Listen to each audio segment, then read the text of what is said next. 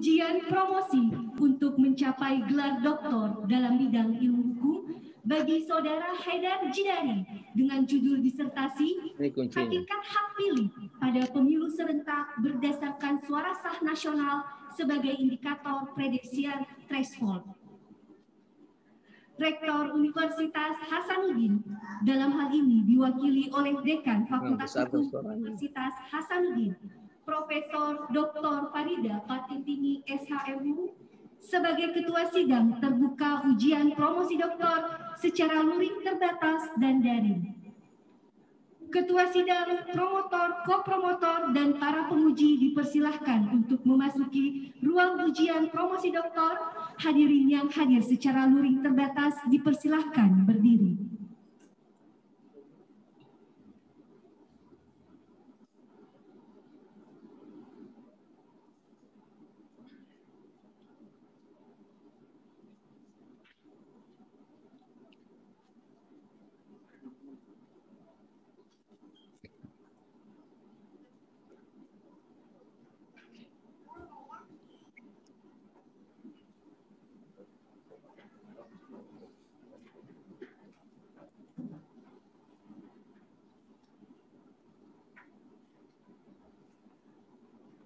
Hadirin dipersilahkan duduk kembali. Dan hadirin yang hadir secara daring dipersilahkan mengikuti ujian promosi dengan menggunakan audiovisual selama ujian berlangsung. Ujian promosi ini adalah rangkaian dan tahapan-tahapan ujian yang telah dilalui Saudara Promopengus, di mana pada tanggal 25 Februari 2019 seminar proposal, pada tanggal 6 Januari 2021 seminar hasil penelitian, pada tanggal 31 Mei 2021 ujian prapromosi, dan pada hari ini adalah ujian terakhir untuk mencapai gelar doktor dalam bidang ilmu hukum. Ujian promosi doktor Saudara Haidar Jidar dibuka oleh Ketua Sidang. Ya baik, bismillahirrahmanirrahim. Assalamualaikum warahmatullahi wabarakatuh. Selamat pagi dan salam sejahtera untuk kita semua. Alhamdulillahirrahmanirrahim. Wassalatu wassalamu ala asrafil anbiya'i wal mursalin wa ala alihi wasahbihi ajmain. Sebelum saya membuka secara resmi sidang promosi doktor Saudara Haidar Jidar pada pagi hari ini, dengan saya untuk mengajak kita semua memanjatkan puji syukur kepada Allah SWT karena atas rahmat dan hidayahnya sehingga kita diberikan kesehatan dan kesempatan untuk sama-sama hadir pada sidang promosi doktor yang berlangsung secara luring terbatas dengan protokol kesehatan dan secara daring. Sebelumnya juga saya akan memperkenalkan tim promotor dan tim penguji. Promotor yang masih pelajar Bapak Profesor Dr. Haji Aminuddin Ilmar SHMH, beliau adalah guru besar sekaligus Ketua Departemen Hukum Tata Negara Fakultas Hukum Universitas Hasanuddin, dan kopromotor yang hadir secara daring yang masih pelajar Bapak Profesor Dr. Abdul Razak SHMH. Beliau adalah guru besar pada Departemen Hukum Tata Negara dan sebelumnya pernah diberikan amanah sebagai dekan Fakultas Hukum pada masanya. Dan kopromotor yang terpelajar Bapak Dr. Zulkifli Aspan SHMH, beliau adalah lektor kepala dan sekaligus Ketua Departemen Dasar-Dasar Ilmu Hukum. Dan bertindak selaku penguji eksternal yang masih pelajar Bapak Dr. Aminuddin Kasim SHMH, beliau adalah lektor kepala pada Fakultas Hukum Universitas Tadulako Palu. Terima kasih Pak Aminuddin telah berkenan bertindak selaku penguji eksternal. Assalamualaikum warahmatullahi wabarakatuh. Warahmatullahi wabarakatuh. Dan penguji internal betul-betul yang mata pelajar Bapak Profesor Dr. Anwar Burahima SHMH, beliau adalah guru besar pada Departemen Hukum Perdata dan pernah memimpin departemen ini 2 periode, tetapi secara praktis beliau adalah pemerhati penggiat pemilu, bahkan pernah menjadi anggota tim pemeriksa daerah DKPP.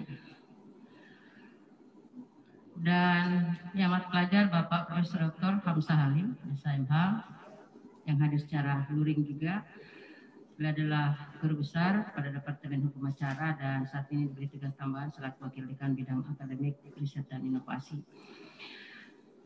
Yang amat pelajar uji internal Bapak Dr. Ansori Ilyas, SHMH, beliau dokter kepala pada Departemen Hukum Tata Negara pada Fakultas Hukum Unhas. Sebelumnya juga pernah diberi amanah tugas tambahan selaku Wakil Dekan Bidang 2 Perencanaan Keuangan dan Sumber Daya. Dan yang mata pelajar Bapak Dr. Muhammad Hasrul SMH yang hadir secara luring. Beliau adalah Lektor Kepala pada Departemen Hukum Acara dan saat ini diberi tugas tambahan selaku Wakil Dekan Bidang Kemahasiswaan, Alumni dan Kerjasama. Dan bersama kita juga hadir beberapa tamu undangan khususnya keluarga dari Lu ya. Palopo ya, dari Palopo. Kalau Palopo itu bukan Lu. Ini Lu secara luas ya, bukan Kabupaten Lu. Jadi Tanah Lu maksud saya ya. Kan berbeda kalau kita mengatakan Kabupaten Lu dengan Tanah Lu ya. Kalau Tanah Lu itu meliputi semuanya. Juga berkenan hadir di secara luring Bapak Insinyur Majid Tahir MT. Ya, beliau adalah Wakil Ketua Yayasan Toi Chiung ya, Palopo. Dan seluruh hadirin hadirat yang hadir secara daring pada Linsum Fakultas Hukum Universitas Hasanuddin. Baik Saudara Haidar Jidar, apakah saudara sudah siap secara fisik dan mental untuk sidang promosi doktor? Siap. Baik, karena saudara sudah siap, atas nama Rektor sidang promosi doktor Saudara Haidar Jidar dengan ini saya akan dibuka dengan mengucapkan Bismillahirrahmanirrahim.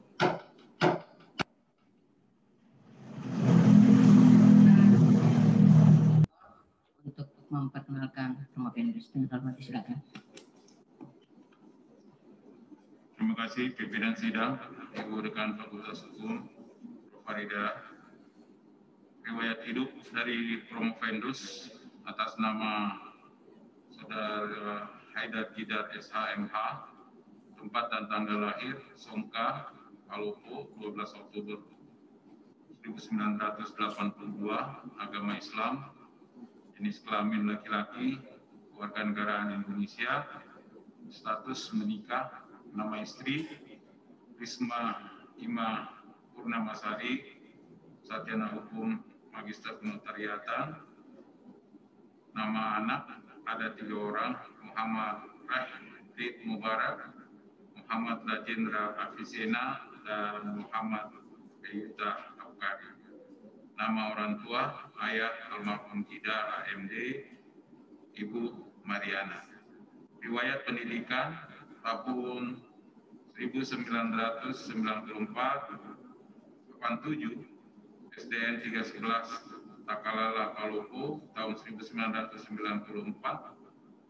LTP Negeri 3 Palopo, tahun 1997, SMA Cokro Aminoto Palopo, tahun 2001, Universitas Muslim Indonesia, tahun 2009, Universitas Jayabaya Jakarta.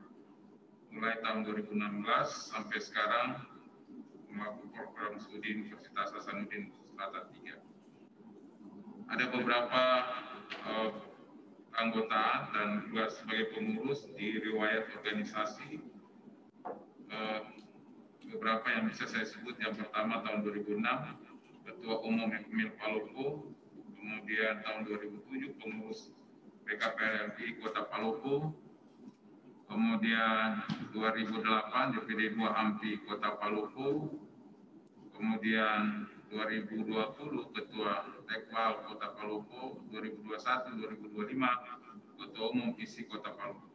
Pekerjaan dan riwayat jabatan 2011 sampai sekarang dosen tetap pada Yayasan Tociung Universitas Andi Jema Palopo, 2018 sampai sekarang Ketua Yayasan Pendidikan To Mangambari, 2013 sampai dengan 2018 Ketua Anggota Komisi Pemilihan Umum Kota Palopo, terakhir 2008-2012 staf honorer Pemkab Perwakilan Jakarta. Karya ilmiah artikel ada beberapa. Tahun 2017 16. Persaingan usaha tidak sehat antar rekan notaris sebagai dampak dari penetapan tarif jasa notaris di bawah standar ditinjau dari Undang-Undang Nomor 30 Tahun 2004 tentang Jabatan Notaris dan Kode Etik Notaris.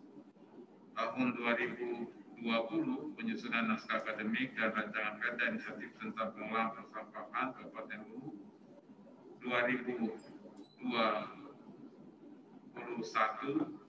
hakikat hak pilih pemilu serentak berdasarkan suara sah nasional sebagai indikator presidensial threshold. Demikian daftar riwayat hidup dari Profesor. Sekian, wassalamualaikum warahmatullahi wabarakatuh. Waalaikumsalam warahmatullahi wabarakatuh. Mendengarkan daftar riwayat hidup sangat tepat saudara meneliti tentang hakikat hak pilih pada pemilu serentak berdasarkan suara sah nasional sebagai indikator presidensial threshold. Untuk itu saya mengundang saudara untuk mempresentasikan ringkasan disertasinya dengan waktu paling lama 20 menit. Dengan hormat silakan. Tidak apa-apa kalau membuka maskernya. Terima kasih atas kesempatan yang diberikan. Bismillahirrahmanirrahim. Assalamualaikum warahmatullahi wabarakatuh. Selamat pagi dan salam sejahtera untuk kita semuanya. Salam. Puji syukur kita panjatkan kehadirat Allah Subhanahu wa taala yang senantiasa memberikan rahmat dan hidayahnya sehingga hari ini kita dapat melaksanakan sidang ujian promosi doktor. Izinkan saya menyampaikan rasa hormat dan rasa bangga kepada ketua sidang yang amat terpelajar, Ibu Profesor Dr. Farida Patitinggi SH MHum. Yang saya hormati, saya banggakan promotor yang amat terpelajar Bapak Profesor Dr. Aminuddin Ilmar SH MHum. Yang saya hormati, saya banggakan kopromotor yang amat sangat terpelajar Bapak Profesor Dr. Abdul Razak SH.MH. Yang saya hormati, saya banggakan pula kopromotor yang amat terpelajar Bapak Profesor Bapak Dr. Zulkifli Asfan SH.MH. Yang saya hormati, saya banggakan penguji eksternal yang amat terpelajar Bapak Dr. Aminuddin Kasim SH.MH.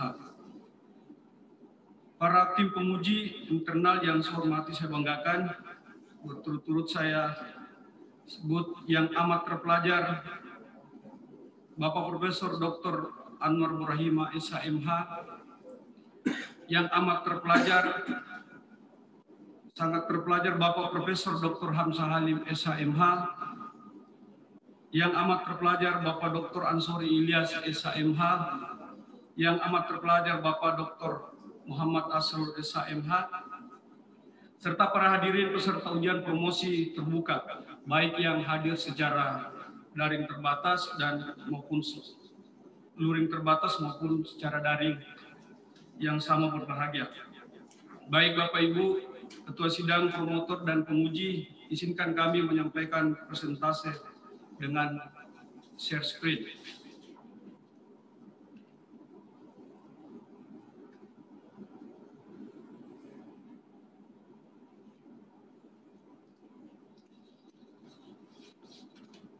Baik, judul daripada disertasi kami adalah hakikat hak pilih pada pemilu serentak berdasarkan suara sah nasional sebagai indikator presidensial threshold.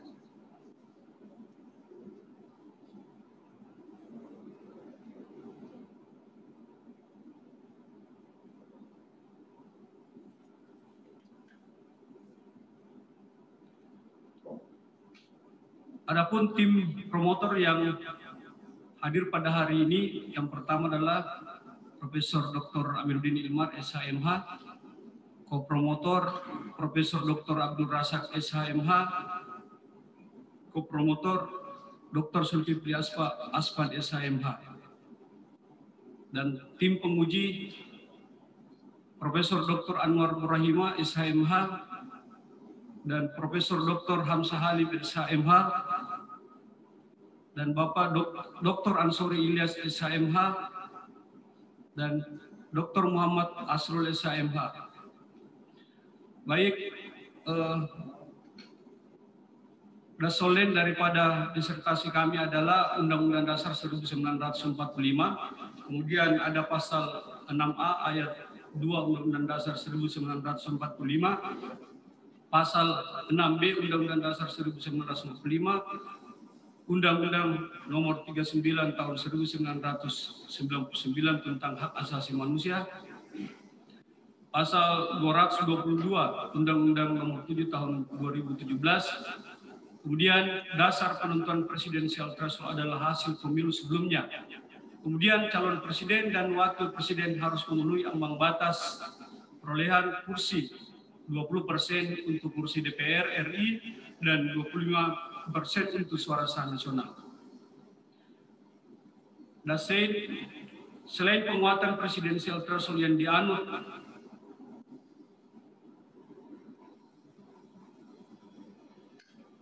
oleh Indonesia, kebijakan presidensial threshold dianggap mampu mengurangi dominasi parlemen yang melemahkan sistem presidensial tersebut. Kemudian berikutnya, di sisi lain, mekanisme ini dapat memaksa partai politik atau gabungan partai politik untuk dapat melakukan penyeleksian calon presiden dan wakil presiden secara sungguh-sungguh. Kemudian menciptakan keseimbangan atau check and balances politik pasca pelaksanaan pemilihan dengan melahirkan poros koalisi atau oposisi sebagai penguat jalannya pemerintahan. Berikutnya, di balik kelebihan dari penerapan presidensial threshold, pemilu serentak juga mencuat berbagai pertentangan di mana dengan mekanisme tersebut pada keadaan atau situasi tertentu penerapannya dianggap justru akan melemahkan sistem presidensial itu sendiri, sebab presiden yang terpilih akan tersandra oleh kepentingan partai politik yang ada dalam koalisinya. Berikutnya, dengan pemberlakuan presidensial threshold juga dapat merugikan partai-partai politik yang baru atau partai politik yang kecil yang berkontestasi dalam pemilu serentak 2019 atau pemilu serentak yang akan datang, dan tidak dapat membangun koalisi atau penentuan calon presiden dan wakil presiden sebab mereka memiliki jumlah parliamentary threshold sebagai indikator, karena dibawa dari indikator presidensial parliamentary threshold.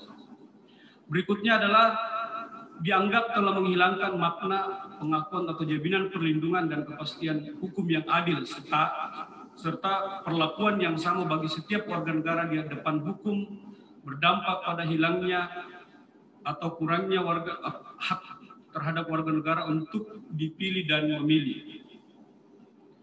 Kemudian isu penelitian kami adalah adanya kecenderungan pelanggaran terhadap hak konstitusi warga negara sebagai pemilik kedaulatan terhadap negara. Kemudian rumusan masalah kami adalah yang pertama, apakah hakikat hak pilih pada pemilu serentak?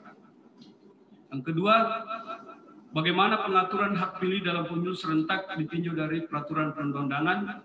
Dan yang ketiga, bagaimana konsep ideal hak pilih dalam presidensial threshold pada pelaksanaan pemilihan umum serentak? Originalitas penelitian disertasi Hairul Fahmi dengan judul disertasi pembatasan dan pembedaan hak pilih dalam mewujudkan pemilihan umum yang adil dan berintegritas. Disertasi ini ada pada program Doktor Ilmu Hukum Universitas Gadjah Mada yang membahas tentang 3 permasalahan, yaitu yang pertama, bagaimana pembatasan dan pembedaan hak pilih sebagai hak konstitusional warga negara diatur dalam undang-undang mengenai pemilihan umum. Yang kedua, bagaimana pembatasan dan pembedaan hak pilih ditafsirkan dalam pengujian undang-undang terhadap Undang-Undang Dasar 1945 oleh Mahkamah Konstitusi. Yang ketiga, bagaimana konstruksi pembatasan dan pembedaan hak pilih untuk mewujudkan pemilu yang adil dan berintegritas. Penelitian ini fokus pada kajian hak pilih warga negara yang terabaikan haknya dalam pemberlakuan presidensial threshold pada pemilu serentak. Kerangka teori yang pertama adalah teori keadilan dan demokrasi, kemudian teori hak konstitusional, dan yang ketiga adalah teori hak asasi manusia. Kerangka pikir hakikat hak pilih pada pemilu serentak berdasarkan suara sah nasional, kemudian diulas. Yang pertama adalah teori keadilan dan demokrasi yang membahas tentang kedaulatan rakyat, kemudian partisipasi dan kesetaraan. Yang kedua, pengaturan hak pilih. Yang pendekatannya adalah peraturan-peraturan, dan yang kedua adalah prosedur pemilu, dan yang ketiga adalah pendekatan teori hak asasi manusia. Yang pertama adalah hak dasar, hak sipil politik, dan konsep ideal. Kemudian metode penelitian adalah yuridis normatif, jenis dan sumber hukum, bahan hukum primer dan sekunder, kemudian lokasi penelitian dilakukan di DPR RI, KPU RI, dan Mahkamah Konstitusi Republik Indonesia. Kemudian analisis data, seluruh bahan diolah dan dikaji secara mendalam, setelah itu disinkronkan secara sistematis berdasarkan teori-teori hukum dan asas-asas hukum. Pembahasan yang pertama adalah hakikat hak pilih pada pemilu serentak. Jadi hakikat hak pilih pada pemilu serentak merupakan penjawantahan dari proses demokrasi yang tidak boleh melanggar hak konstitusional warga negara, karena pada hakikatnya demokrasi berdiri di atas prinsip pengakuan kewarganegaraan dengan segala haknya sebagai warga. Pemilihan umum merupakan kondisional kanon bagi suatu negara demokrasi modern. Artinya rakyat memilih seseorang untuk mewakilinya dalam rangka keikutsertaan dalam penyelenggaraan pemerintahan negara sekaligus merupakan rangkaian kegiatan politik. Kemudian yang kedua, partisipasi dalam penyelenggaraan pemilu. Dengan demikian, konstitusi untuk memilih dan dipilih tidak boleh dihambat oleh berbagai ketentuan dan prosedur administrasi, dengan kata lain bahwa partisipasi politik merupakan inti daripada demokrasi. Kemudian sistem politik yang demokratis ditentukan oleh kualitas dan kuantitas partisipasi politik warga negara. Pasal 21 Deklarasi Universal Hak Asasi Manusia atau DUHAM menyebutkan bahwa setiap orang berhak turut serta dalam pemerintahan negerinya sendiri, baik dengan langsung maupun dengan perantara wakil-wakil yang dipilih dengan bebas. Yang kedua, setiap orang berhak atas kesempatan yang sama untuk diangkat dalam jabatan pemerintahan di negerinya. Yang ketiga, kemauan rakyat harus menjadi dasar kekuasaan pemerintah. Kemauan ini harus dinyatakan dalam pemilihan-pemilihan yang berkala, yang jujur dan dilakukan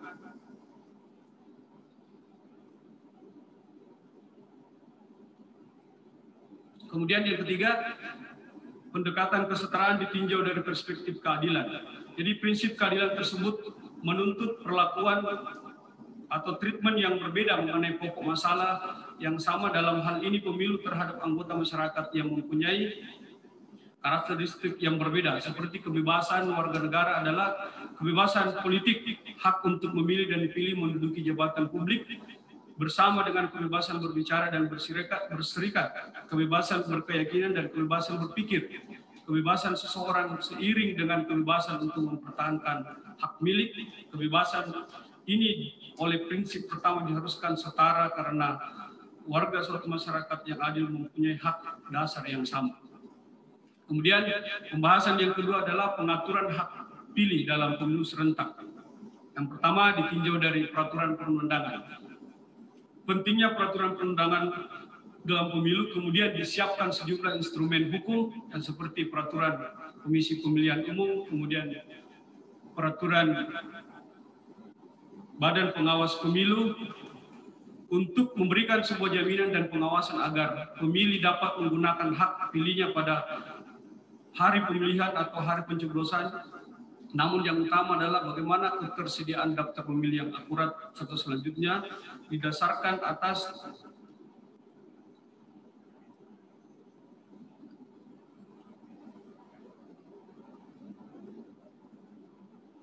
pendaftaran pemilih untuk pemilu yang kedepannya. Kemudian ditinjau dari prosedur pemilu untuk memastikan terlaksananya prinsip pemilu, maka penyelenggaraan pemilihan umum harus secara langsung, umum, bebas, rahasia, jujur, dan adil. Serta berbagai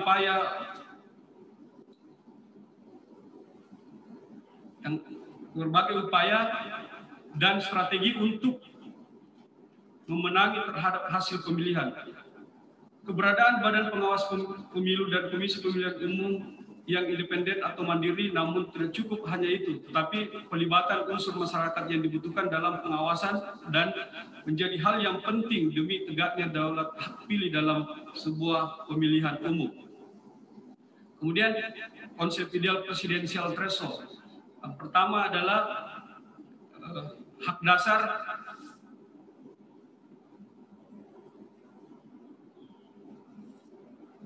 presidensial threshold menjadi bisa 0% atau mengurangi jumlah presidensial threshold yang ada sekarang. Kemudian hak sipil politik dan kemudian konsep ideal. Kemudian perubahan Undang-Undang Nomor 7 Tahun 2007 tentang pemilu terkhusus pada pasal 222 tentang konsep pemilu nasional dan pemilu lokal yang diambil adalah sesuai dengan pertimbangan Mahkamah Konstitusi nomor 55/PUU/Mendatar 2019 alternatif yang keempat, yakni pemilihan umum serentak nasional untuk memilih anggota DPR, DPD, Presiden dan Wakil Presiden, dan beberapa waktu setelahnya dilaksanakan pemilihan umum serentak lokal untuk memilih anggota DPD, DPRD Provinsi, anggota DPRD Kabupaten Kota, serta pemilihan gubernur, bupati, dan wali kota. Kemudian perubahan Undang-Undang Nomor 7 Tahun 2017 terkhusus pada pasal 222 yang pertama adalah pemilu nasional dan pemilu lokal diselenggarakan 5 tahun sekali, kemudian pemilu nasional diselenggarakan 3 tahun setelah diselenggarakan pemilu daerah, kemudian pemilu lokal diselenggarakan 2 tahun setelah diselenggarakannya pemilu nasional.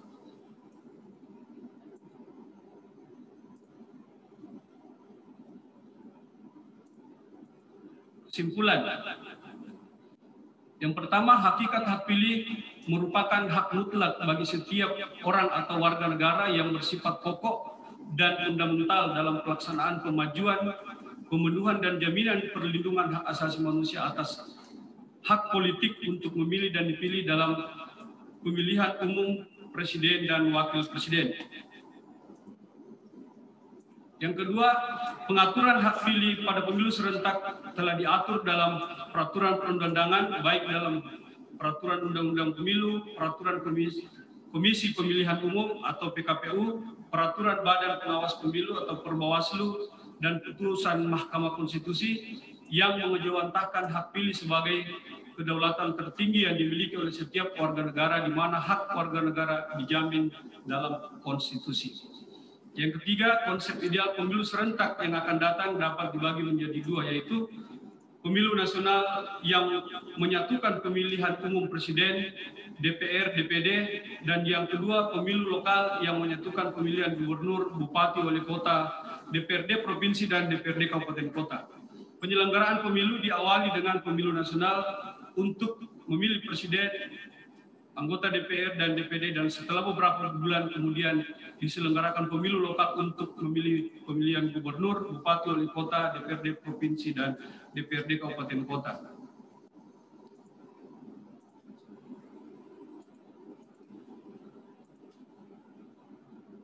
Saran yang pertama adalah seyogianya peserta pemilu dan penyelenggara pemilu perannya dimaksimalkan dalam upaya memberikan pendidikan politik kepada masyarakat agar jaminan hak dipilih dan memilih dalam pemilihan umum serentak terpenuhi dengan baik, agar semua orang memperoleh kesempatan yang sama dalam menyalurkan hak politiknya. Presidensial threshold yang rendah akan memberikan keleluasaan atau kebebasan dalam menyalurkan hak pilihnya, sehingga pemilihan umum sebagai manifestasi dari daulat rakyat di negara demokrasi bisa terwujud dengan baik.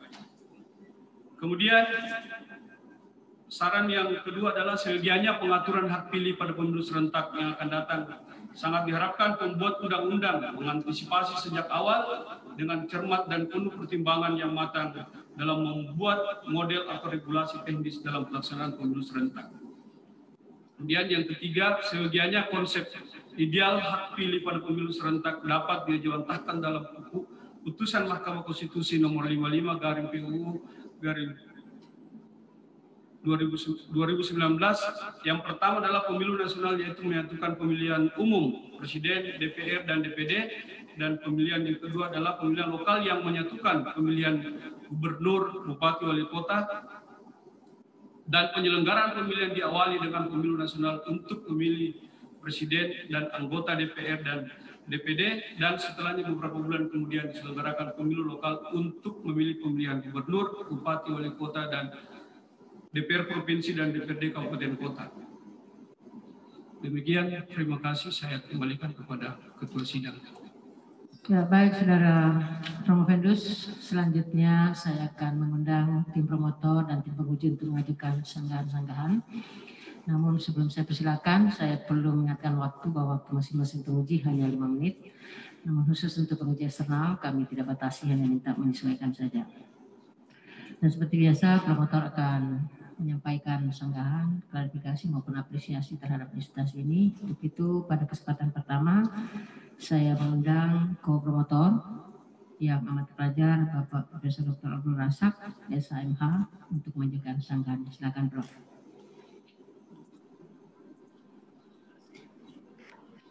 Dan Profesor Dr. Farida Patiting yang saya hormati. Assalamualaikum warahmatullahi wabarakatuh. Dewan penguji yang saya hormati, Saudara Haidar Jidar, selaku pembimbing atau co-promotor, kita sudah banyak berinteraksi dalam bimbingan, ujian, dan kesempatan-kesempatan yang ada. Oleh sebab itu, saya pertama-tama memberi apresiasi ya kepada hasil karya Saudara Haidar ini, karena telah berhasil sampai kepada podium itu ya, untuk mempertahankannya dengan baik. Dan saya telah mendengar apa yang saudara presentasikan, dan saya yakin bahwa apa yang Anda tulis itu betul-betul saudara paham. Itu yang pertama. Yang kedua, nanti saya mau minta kepada saudara Haidar untuk jawaban dulu ya, jawab secara tegas, karena Anda sudah mau jadi doktor ini. Jawab pertanyaan saya singkat saja. Yang saya mau tanyakan begini, saudara menulis disertasi mengenai hak pilih, ya. Di ujian-ujian kita sudah diskusikan banyak tentang hak pilih tersebut. Dikatakan terdiri dari hak dipilih dan hak memilih, kan begitu ya? Hak pilih itu hak dipilih dan memilih. Saya mau minta jawaban saudara, di antara dua hak itu, hak dipilih dan hak memilih, yang mana lebih penting menurut saudara? Apalagi ini Anda menulis dari hubungannya kajiannya dengan human right. Silahkan, singkat saja. Terima kasih Bapak Profesor yang amat terhormat, Bapak Profesor Dr. Abdul Razak SHMH. Baik, Promopinda akan menjawab. Ketika saya disuruh untuk memilih yang mana mengutamakan antara hak memilih atau dipilih, maka saya akan memilih hak untuk memilih, karena pada dasarnya memilih. Titik 100 itu ya. Jadi saya tidak sama pendapat itu, karena hak memilih itu adalah hak yang bersifat apa aja tadi, pemilih adalah hak asasi yang bersifat umum. Sedangkan dipilih itu hak untuk menjadi pejabat atau memenuhi syarat-syarat khusus. Saya setuju. Itu satu. Yang kedua, lagi saya minta ketegasan lagi.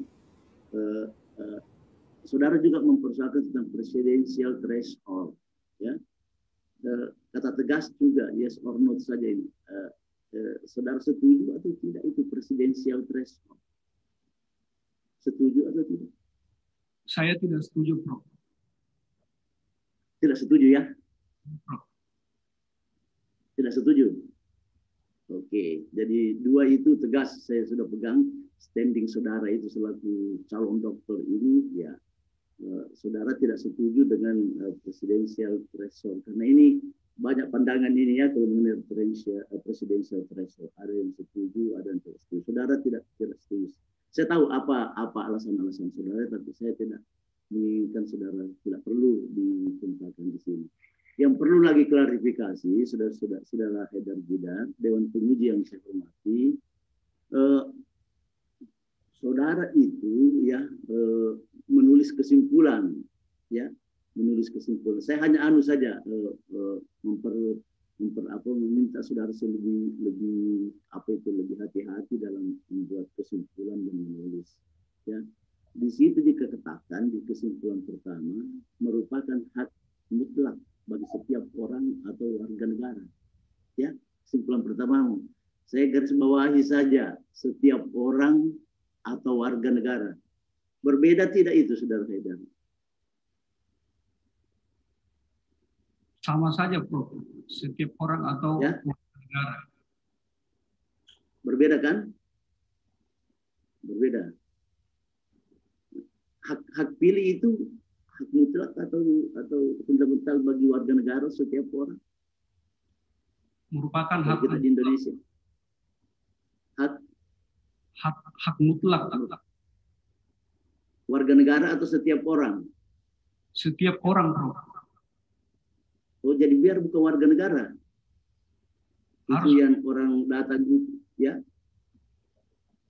Kalau itu, Prof, harus warga negara, Prof.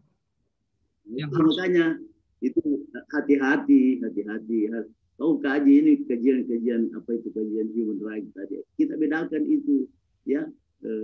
Ada hak warga negara, citizen right, ada human right, hak setiap orang, begitu ya. Pemilu itu warga negara yang memilih, ya. Jadi hati-hati jangan sampai salah kesan kita membaca disertasimu, ya. Jadi disertasi tidak boleh salah. Kalau bisa dipikirkan ulang lagi itu kesimpulannya, kalimatnya. Saya kira saja ini, keseleo saja ini, ya. Anda tahu, kita semua tahu bahwa itu hak warga negara, ya. Bahkan saya sebetulnya itu mau di pasal 6A itu dikatakan hak warga negara, bukan hak rakyat. Itu disebutkan di situ kan, pasal 6 itu. Pemilihan presiden itu dilakukan oleh, coba lihat pasal 6, rakyat. Kenapa tidak disebutkan saja warga negara Indonesia yang memenuhi syarat, bahkan yang memenuhi syarat. Karena tidak semua warga negara bisa memilih, hanya yang memenuhi syarat. Kalau saya, ya, itu pasal lain konstitusi kita mengatakan hak setiap rakyat. Kalau saya warga negara, karena orang lain tidak boleh, ya, yang bukan warga negara. Kecuali kalau kita mau samakan warga negara dengan rakyat, saya kira tidak. Karena teori mengajarkan kita dikotomi antara pengertian rakyat, penduduk, dan warga negara. Oke, ya, jadi itu yang saya minta betul-betul direnungkan kembali. Di kesimpulan ketiga, saya minta ketegasan sebetulnya ini, saudara Haidar, ya. Dalam kesimpulan itu harus tegas. Kita punya prinsip. Misalkan itu konsep ideal pemilu serentak, Anda katakan yang akan datang, ya, itu betul-betul relatif, gitu, ya. Yang akan datang itu relatif. Kapan itu, ya, itu relatif. Saya usulkan ini karena ini hasil penelitianmu sekarang, tidak usah katakan yang akan datang. Pandanganmu sekarang bahwa kesimpulan disertasi ini begini, ya. Nah, tentu akan digunakan yang akan datang. Kalau dikatakan yang akan datang bisa 5 tahun, 10 tahun, 20 tahun kalau tidak ada kriteria yang jelas, ya. Jadi lebih baik karena ini hasil penelitianmu ini di waktu ini, ya, katakan begini sekarang ini, ya, menurut hasil penelitian ini yang bagus ini yang diterima sebagai pelaksanaannya. Karena tidak jelas kriterianya yang akan datang, waktunya kapan, dan itu relatif. Dan lebih penting lagi itu tidak ada dalam rumusan masalahnya, ya, yang akan datang. Anda hanya mengatakan bagaimana pemilu serentak itu dapat yang ideal, tidak ada yang akan datang, ya. Jadi sekali lagi ini konsistensi saja mengenai apa yang saudara tulis. Terakhir ini mengenai kesimpulannya, sarannya, saran ketiga, tidak sama kayak itu kesimpulan dengan saran.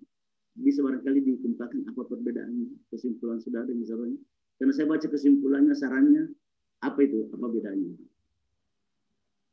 Baik, saya akan menjawab.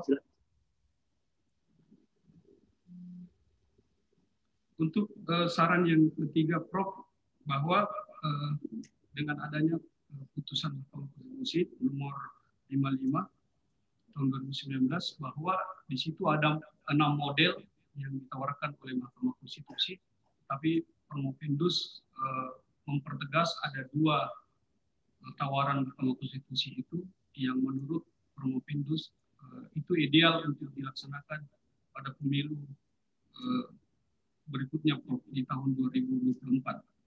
Yang pertama adalah bagaimana menggabungkan tadi pemilu nasional. Saya minta saja klarifikasi, tidak sama itu kalimat saran dan kalimat kesimpulan ketiga, masing-masing yang ketiga. Beda ya? Tidak, Prof.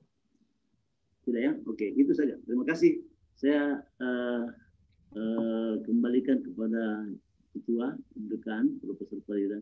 Assalamualaikum warahmatullahi wabarakatuh. Waalaikumsalam warahmatullahi wabarakatuh. Terima kasih banyak ya Mati Fajar Bapak Profesor Dr. Abdul Nasar SH selaku koordinator. Selanjutnya saya mengundang Mati Fajar Bapak Dr. Zulkifli Hasan SH. Assalamualaikum warahmatullahi wabarakatuh. Assalamualaikum warahmatullahi wabarakatuh. Yang terhormat rekan Profesor Dr. selaku pimpinan sidang, yang saya hormati promotor Pak Profesor Muhammad, promotor Bapak Profesor Basar, tim penilai Profesor Anwar Rahimah, Profesor Salim, Bapak Dr.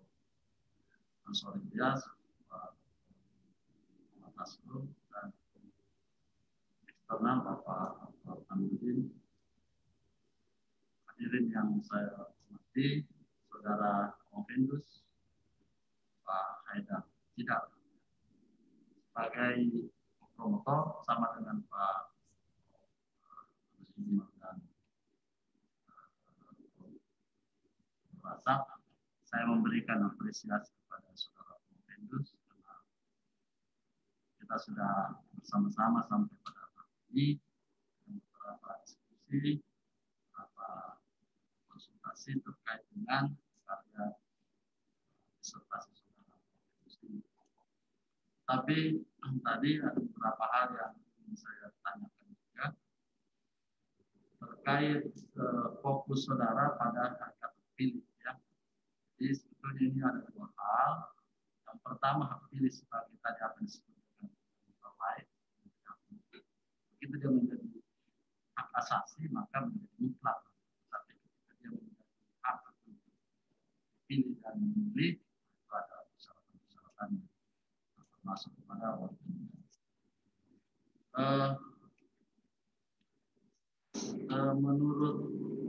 Jadi pertanyaan saya ini, menurut saudara, apalagi setelah pernah menjadi penyelenggara pemilu, sebetulnya apa yang menjadi kegalauan terbesar ketika berbicara tentang presidensial threshold yang disyaratkan 20%. Dan ini kan merupakan hasil dari pemilihan parlemen. Nah, ketika saudara menjadi penyelenggara, kira-kira apa yang menjadi kegalauan terbesarnya sehingga tadi Anda merasa bahwa tidak setuju dengan adanya presidensial threshold? Silakan. Ya, baik, saya akan menjawab. Ada 2 hal yang menjadi dasar bahwa kenapa presidensial threshold saya tidak setuju dalam penerapannya. Yang pertama adalah di pasal 222 Undang-Undang 7 tahun 2017 bahwa presidensial threshold ini adalah sistem atau pengaturan yang memakai ambang batas yang telah lalu, Prof. Misalnya karena di pasal tersebut dia mengatakan ada frasa bahwa hasil presidensial pemilu sebelumnya. Itu yang pertama. Kemudian yang kedua adalah ketika penerapan presidensial threshold ini pada saat masuk pada pencalonan presiden dan wakil presiden. Karena di situ partai-partai yang tidak memenuhi parliament threshold, maka partai tersebut tidak bisa mengikuti pencalonan presiden dan wakil presiden. Begitu. Ya, maksudnya apa yang menjadi dampak terhadap partai yang tidak bisa mengusung memenuhi 20% itu? Menurut saya sebagai sebuah hak asasi yang dianggap terabaikan, itu ada suara-suara yang terabaikan, walaupun misalnya kalau dikumpulkan itu kan bisa jadi banyak. Maksudnya apa yang berdampak terhadap partai politik itu? Seperti apa itu dampaknya? Yang pertama dampaknya adalah partai politik yang tidak memenuhi parliament threshold tersebut tidak bisa ikut mencalonkan presiden dan wakil presiden. Sehingga kalau dalam konsep kesetaraan ya tentu mengalami masalah di situ. Saya sebetulnya mau dalam pikiran saya bahwa ada hak-hak tadi yang kita sudah salurkan, tetapi ternyata diabaikan. Ya, kenapa diabaikan? Kan kecil persentasenya. Jadi ya kalau mau jangan membuat persentase dengan memberikan misalnya 20, 30, ya, karena penyampaian terhadap hak yang telah disalurkan. Selanjutnya, menurut saudara apa yang baru dari temuan saudara ini yang berkaitan dengan hak pilih, terutama kalau dikaitkan dengan presidensial threshold?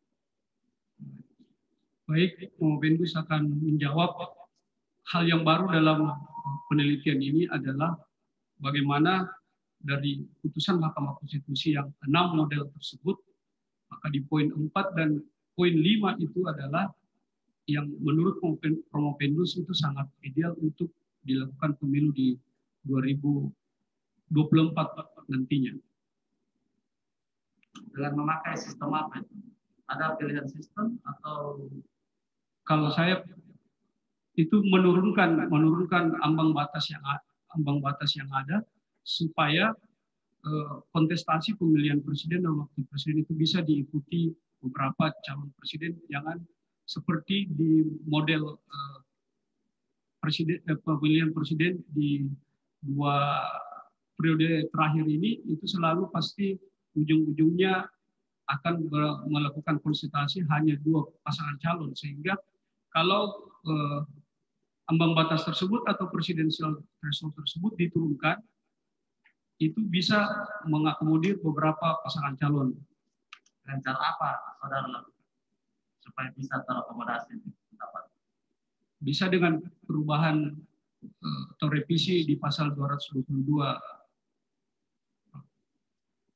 Mungkin ini perlu tindak lanjutnya, mungkin setelah ini disertasinya mungkin bisa dikirim ke wakil rakyat supaya bisa didengar.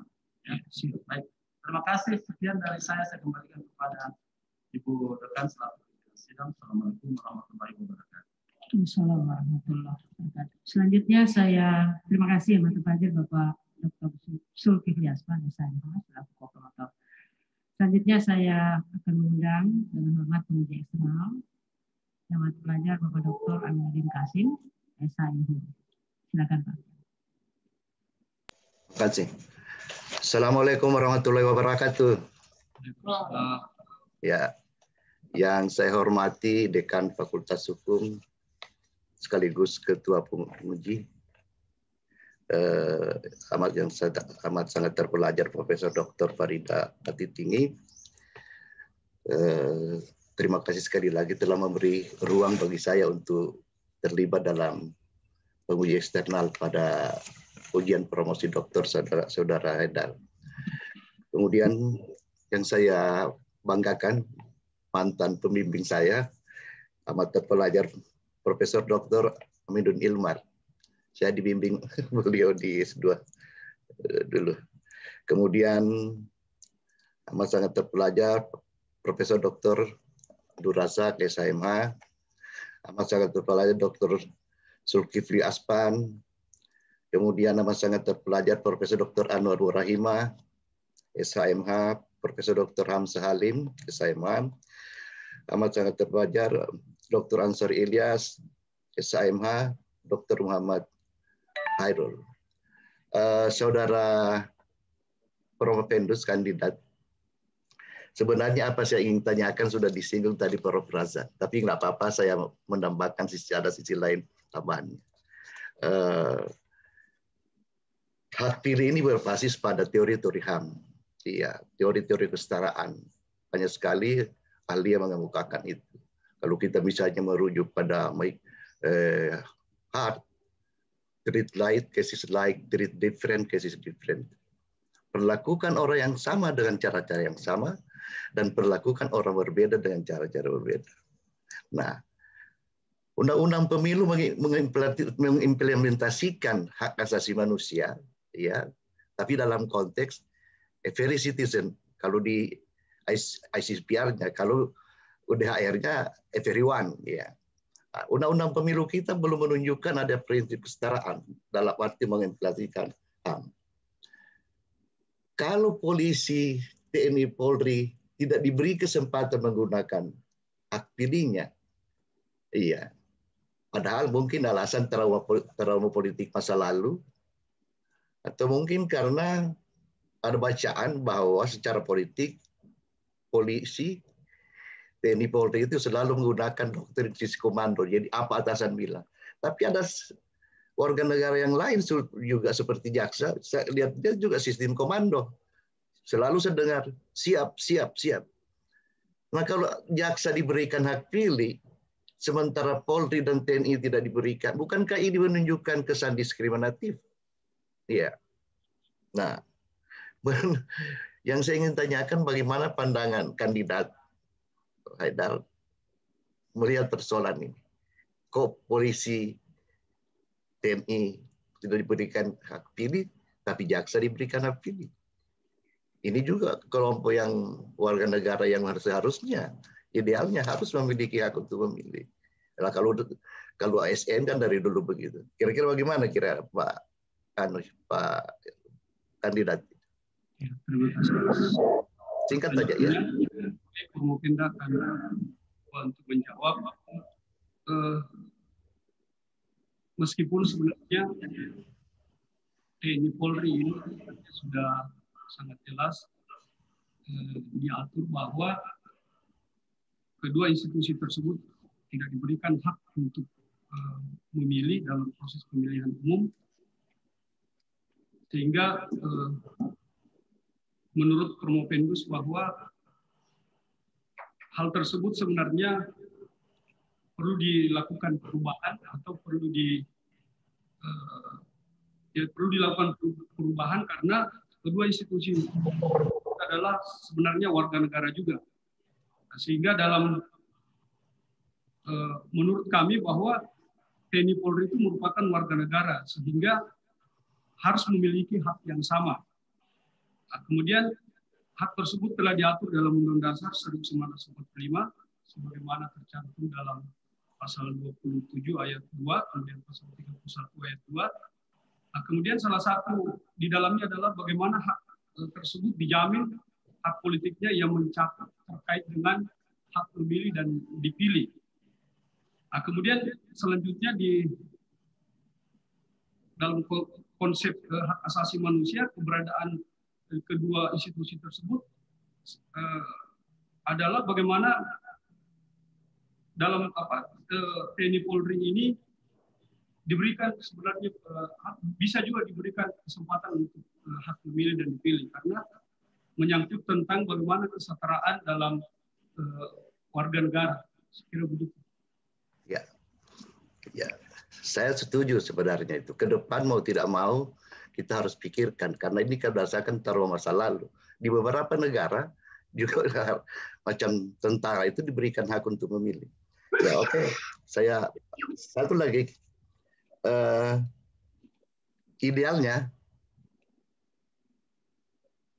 pasal 222 Undang-Undang Pemilu seperti yang kemarin, mestinya tidak ada presiden threshold, ambang batas. Ya. Sebab kenapa? Bunyinya pasal itu menurut saya tidak bersesuaian dengan makna pasal 6A. Iya, pasal 6 ayat 2 itu. Tidak bersesuaian. Yang itu pertama, dari segi hukumnya. Yang kedua, lagi-lagi kita menguji soal kesetaraan tadi, soal keadilan. Iya. Dengan model seperti ada ambang batas, menutup peluang orang-orang yang punya kemampuan secara politik, tertutup ruang untuk bisa dicalonkan. Terjadi polarisasi tadi juga sudah dijelaskan. Jadi di samping dia bersesuaian, juga menutup orang tidak menutup partai-partai baru tidak berkesempatan untuk mencalonkan. Nah, bagaimana pandangan akademisnya Pak Saudara kandidat ini? Artinya seperti Pak Prof. Razak bilang, Anda setuju ambang batas 20 sampai 25 sampai kalau perolehan kursi dan 25 jumlah suara. Anda setuju itu? Secara akademik, pandangan akademik. Kalau Ya. setuju dengan alasan bahwa presidensial tersebut dengan penerapannya itu pasti mengandung beberapa konsekuensi. Seperti hilangnya kesempatan atau hak pilih warga negara itu terkait khusus pada hak dipilih. Nah, kemudian dengan prinsip demokrasi tentu penentuan ambang batas presidensial threshold tersebut itu sangat merugikan kelompok masyarakat atau partai politik karena tidak mampu mengusung karena adanya ambang batas tersebut. Nah, sehingga antara perlu dilakukan proporsional ambang batas tersebut atau presidensial tersebut sehingga bisa penyederhanaan partai politik dan perlindungan keragaman pilihan pada ambang batas presidensial tersebut bisa dilakukan. Dan kemudian kalau itu bisa terwujud, maka konsentrasi pemilihan presiden itu bisa lebih dinamis.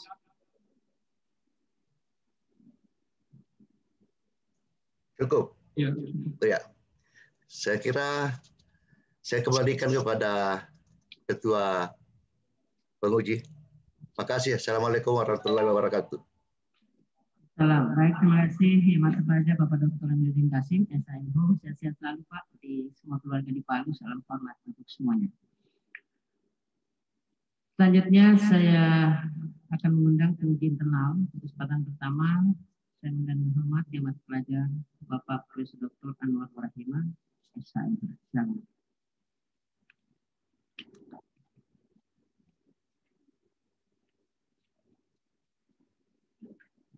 Terima kasih pimpinan sidang. Bismillahirrahmanirrahim. Assalamualaikum warahmatullahi wabarakatuh. Yang saya hormati Profesor Dr. Farida Patiting sebagai dekan dan sekaligus yang memimpin acara wisuda atau promosi. Yang saya hormati tim promotor Profesor Dr. Amiruddin Ilmar, Profesor Dr. Abdul Razak dan Bapak Dr. Zulkifli Asman. Kemudian penguji eksternal Bapak Dr. Amiruddin, kemudian Prof. Hamzah sebagai penguji internal, Bapak Dr. Hasrul, dan juga Bapak Dr. Ansari. Iya, saya ingin kembali menanya. Tadi sikap saudara tidak setuju dengan presidensial threshold. Karena dengan syarat 20%. Seperti itu. Undang-undang sudah menentukan. Dan seingat saya, itu syarat. Syarat itu pembatasan. Jadi semua syarat itu membatasi orang sesungguhnya. ketika dinyatakan yang boleh menjadi presiden adalah tamatan SMA. Berarti itu membatasi orang SMA. Sama halnya dengan 20%. Itu kan syarat. Berarti membatasi orang yang tidak sampai 20% suaranya untuk menjadi presiden. Pertanyaan pertama saya, kira-kira angka berapa kalau Anda boleh menyebut? Karena sampai sekarang saya tidak pernah melihat juga angka yang saudara sebutkan untuk idealnya presiden itu sehingga bisa dianggap mewakili seluruh rakyat Indonesia. Silakan itu dulu untuk pertanyaan pertama. Provendus itu di angka 10%. Rasionya apa? Karena kalau dari melihat proses pemilihan di 2 periode terakhir ini, Prof, dari tahun 2014 dengan 2019, selalu kalau masih parlemen threshold-nya juga di angka 4, pasti akan mengeluarkan partai politik itu hanya di 8 sampai 9 partai politik yang bisa lolos ke parlemen. Silakan saya dibantah. Saya justru tidak sependapat kalau partai yang mengusung.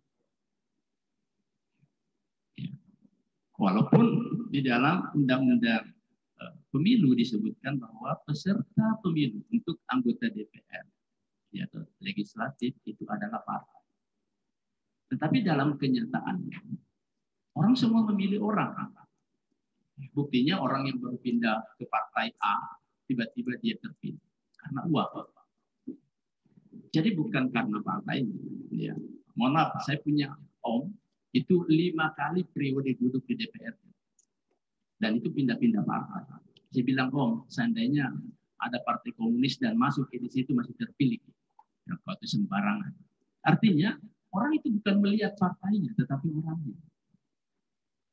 Jadi kalau misalnya ketika yang memilih presiden atau calon presiden menentukan calon presiden itu adalah partai, menurut saya juga itu tidak tepat. Harusnya kalau itu perwujudan dari keterwakilan suara rakyat itu harusnya orang. Dan anggota DPR yang ada di Senayan itu lebih 500 orang itu sudah mewakili seluruh rakyat Indonesia karena suaranya ada di situ. Sehingga kalau itu yang memilih itu mewakili. Saya justru tidak sependapat kalau presiden threshold itu didasarkan pada partai. Perolehan suara partai. Kalau 10% masih saya mengatakan itu tidak adil juga. Ya, kalau mau melihat, kalau mau karena ketidakkonsistenan kan, ya termasuk yang pernah Anda pimpin, ya bahwa KPU juga tidak cermat di dalam menentukan itu, karena ketika melakukan penelitian tentang dana kampanye, justru dana pribadi yang dipersoalkan juga, ya kan di peraturan KPU-nya kan ada ngatur gitu, malah menelisik dana perorangan loh. Sementara peserta pemilu adalah partai. Kenapa dana calonnya juga diikuti? Itu kan menunjukkan ketidakkonsistenan. Itu keliru di dalam hal pemilu. Saya ingin penjelasan lebih lanjut. Silakan dibantah kalau berbeda dengan saya. Tapi saya ingin mengatakan itu tidak tepat juga apa yang Anda sarankan di dalam disertasi saudara yang 10%. Silakan. Iya, terima kasih atas pertanyaannya. Saya tadi mengatakan bahwa mungkin di angka 10% itu adalah menjadi jalan tengah sebenarnya, karena tadi saya ketika melihat proses pemilihan presiden dan wakil presiden di 2 periode terakhir, selalu ini yang berkompetisi itu hanya 2 pasangan calon. Nah, sehingga kalau dikatakan tadi bahwa yang sesungguhnya atau idealnya yang mengusung calon presiden tersebut adalah orang per orang, bukan partai politik, itu mungkin bisa saya tidak sependapat dengan itu, Prof, karena ya tentu dalam konsep ketatanegaraan kita ya tentu yang mencalonkan presiden dan wakil presiden itu adalah memang partai politik. Mohon, kalau memang tidak setuju, kenapa tidak dibantah juga bahwa dana kampanye itu menelisik juga dana calon? Mungkin kalau terkait dengan dana pribadi Prof, itu kalau menurut PKPU itu disumbangkan dulu ke partai politik, baru nanti partai politik yang di PKPU-nya mengatur bahwa yang diperiksa oleh Panwas itu juga kan harus oleh KPU kan adalah juga dana calon. Nah iya, harusnya kan bukan itu. Dana calon itu masuk ke dana partai. Partai yang diperiksa bukan dana calonnya, tetapi PKPU-nya mengatur ke dana calon juga. Itu yang saya katakan. Kalau memang tidak setuju, harusnya Anda tidak setuju dengan itu. Ini menunjukkan bahwa ya KPU menyetujui mengaminkan pendapat saya bahwa calon boleh mengusung. Ya, atau paling tidak, ya janganlah ada ambang batas. Itu lebih bagus. Dibanding Anda masih menentukan 10%. Ya, sehingga siapapun boleh menjadi calon presiden. Persoalan apakah tidak berkualitas itu urusan masyarakat mungkin. Terima kasih pimpinan. Baik, terima kasih amat pelajar Bapak Profesor Dr. Anwar Ibrahimah, SIMHUM. Selanjutnya saya mengundang dengan hormat amat pelajar Bapak Profesor Dr. Humsa Halim, SIMHUM. Bismillahirrahmanirrahim. Assalamualaikum warahmatullahi wabarakatuh. Selamat pagi, salam sejahtera untuk kita semua. Yang sama kita hormati pimpinan sidang ujian sekaligus Dekan Fakultas Hukum, Ibu Profesor Dr. Farida Patitinggi SIMHUM. Yang saya hormati tim promptor, Bapak Profesor Dr. Aminuddin Ilmar SIMHUM dan Bapak Profesor Dr. Abdul Razak SIMH dan Bapak Dr. Zulkifli Aspan SIMH. Yang sama saya hormati penguji eksternal Bapak Dr. Amiruddin SIMH dan penguji internal ada Bapak Profesor Dr. Anwar Ibrahimah SIMH dan Bapak Dr. Al-Musadi Ilyas SIMH dan Bapak Dr. Muhammad Hasrul SIMH. Ibu Bapak sekalian yang sempat hadir secara luring maupun daring, Saudara Promopendus, core dari disertasi ini adalah hakikat hak pilih. Ya, saya membaca definisi operasional dengan beberapa kalimat yang ada di halaman 71 juga. Ternyata saya belum menangkap apa sebenarnya yang secara yang menjadi betul-betul Anda kaji dalam disertasi ini dengan pengertian hakikat hak pilih itu. Karena di definisi operasional yang ada ya tidak menggambarkan pengertian tentang hakikat dari hak pilih itu. Nah, ini dulu yang saya mau tahu sebenarnya yang saudara maksud hakikat hak pilih itu apa?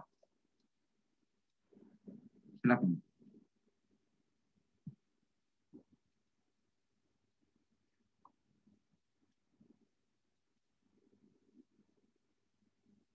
Baik, saya akan menjawab. Hakikat hak pilih adalah hak yang diberikan negara kepada warga negara yang dimana mencakupi hak memilih dan dipilih dalam proses pemilihan umum, baik itu pemilihan presiden maupun pemilihan DPR dan DPD. Ya, baik. Nah, sekarang pertanyaan saya, kalau seperti itu pemahamannya, judul ini mengaitkan dengan pemilu serentak, dengan penggunaan presidensial threshold pada pilpres. Nah, menurut Promopendus, berbedakah hakikat hak pilih dalam pilkada yang tidak serentak, dalam pemilu yang tidak serentak, dengan pada pemilu yang serentak? Menurut Promopendus itu berbeda, Bu.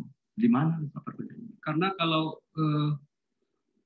hakikat hak pilih pada saat presidensial threshold yang tidak serentak itu kan sangat jelas karena ada pemisahan antara pemilihan presiden dulu, kemudian pemilihan DPR, baru pemilihan presiden. Kemudian kalau yang bersamaan itu dia secara bersama-sama dan mengambil pemilu sebelumnya. Di situ letak perbedaannya. Jadi hakikatnya sebenarnya sama, pelaksanaannya yang berbeda. Hakikat tidak berbeda. Seperti itu. Ya kan begitu. Ya. Kan itu yang Anda gugat sebenarnya karena Anda merasa bahwa hak pilih dengan adanya parlemen internasional itu tergerus gitu. Kan seperti itu. Nah, di kesimpulan ya utamanya terkait dengan konsep ideal hak pilih yang saudara tawarkan di sini. Anda menawarkan ya konsep ideal. Ini kesimpulannya kok tidak lari dari rumusan masalah. Yang ada ini konsep ideal pemilu serentak, bukan konsep ideal hak pilih. Jadi saya mau tahu yang mana sebenarnya ini konsep ideal hak pilih menurut Anda, karena yang ada kita tulis di sini konsep ideal pilkada serentak, pemilu serentak. Sementara yang saudara cari jawabannya adalah konsep ideal hak pilih. Tentu Anda tunjukkan dulu yang tidak ideal, baru menunjukkan yang ideal. Ya baik, saya akan menjawab bahwa konsep ideal yang saya tawarkan Prof adalah dengan pemberlakuan atau penerapan presidensial threshold tadi ini dengan memisahkan tadi pemilu antar pemilu nasional dengan pemilu lokal, sehingga nanti itu ada semacam bagaimana melindungi hak pilih tadi, Prof. Beda dengan kayak pemilu 2014 dengan 2019 karena dia secara bersama-sama, Prof.